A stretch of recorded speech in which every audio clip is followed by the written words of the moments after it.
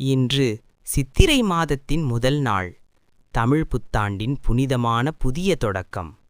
இந்த இனிய நாளில் வெள்ளக்கோவில் வீரக்குமார சுவாமியை தரிசிக்கும் வாய்ப்பு கிடைத்தது என் வாழ்க்கையின் மிகப்பெரிய ஆசீர்வாதமாக நான் எண்ணுகிறேன். கோவிலின் கோபுரத்தை பார்த்த அந்த நொடியிலேயே உள்ளம் ஒரு அமைதியை உணர்ந்தது.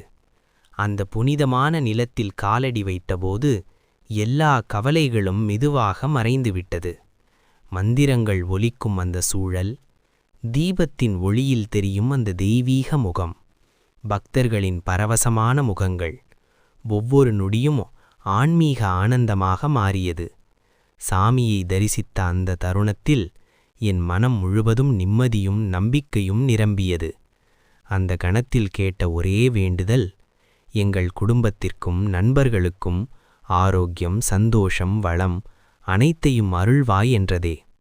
வாழ்க்கையில் எத்தனை சோதனைகள் வந்தாலும் உன்னை நினைத்தால் போதும், எல்லாம் சரியாகும் என்ற நம்பிக்கை இன்று மேலும் வலுத்தது.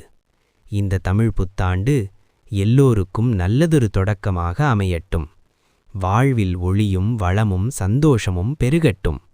வீரக்குமார சுவாமியே, எங்களை என்றும் காப்பாற்றி அருள்வாய்.